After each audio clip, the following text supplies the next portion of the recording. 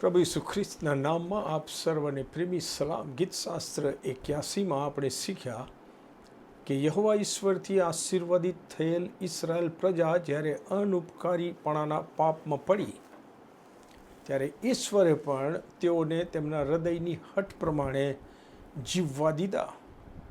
યાદ રાખીએ કે મનુષ્યને આપેલ પસંદગી કરવાની સ્વતંત્રતા ઉપર ઈશ્વર કદી બળજબરી કરીને એ સ્વતંત્રતા છીનવી લેતા નથી.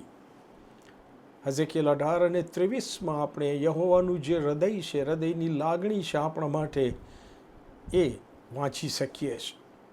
પ્રભુ યહોવા કહે છે કે શું દુષ્ટના મોતમાં મને કંઈ આનંદ છે?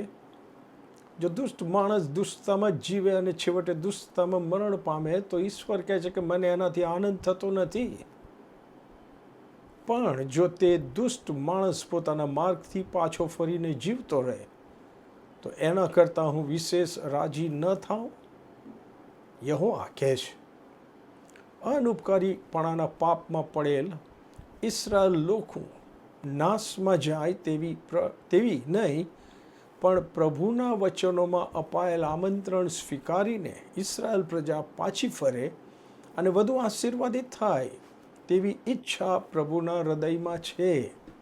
અને તે ગીતશાસ્ત્ર 81:13-16માં પણ આપણે જાણી શકીએ છીએ. પ્રભુનું વચન કહે છે કે મારા લોકો મારું સાંભળે અને ઇસરાયેલ મારા માર્ગોમાં ચાલે તો કેવું સારું. તો તેઓના શત્રુઓને હું જલ્દી ન માવું અને તેઓના વેરીઓ વિરુદ્ધ મારો હાથ ઉપાડું. યહોવાના દ્વેષીઓ તેને તાબે થાય, પણ તેઓનો સમય સદાકાળ ટકી રહે. વળી હું ઉત્તમ ઘઉં તેઓને ખવડાવું અને ખડકમાંના મધથી હું તેને તૃપ્ત કરું. વાલાઓ, પ્રભુના સર્વ વચનો એક જ સત્ય જાહેર કરે છે કે આ પૃથ્વી પરના જીવનકાળમાં મારા અને તમારા જો કોઈ સર્વશ્રેષ્ઠ હિતેચ્છુ હોય તો તે આપણા સર્જનહાર અને તારણહાર ઈશ્વર પિતા જ છે. તેમના વચનોમાં ઈશ્વરે આપેલ માર્ગદર્શન, ઉત્તેજન, ઠપકો, રોકટોક આપણને ગમે કે ના ગમે, પણ આપણે તેઓને ગ્રહણ કરીએ, તેઓને આધીન થઈએ અને પોતાના જીવનમાં ઉતારીએ, કેમ કે પ્રભુ યહોવા જ આપણું ભલું ઈચ્છનાર ખરા હિતેચ્છુ છે.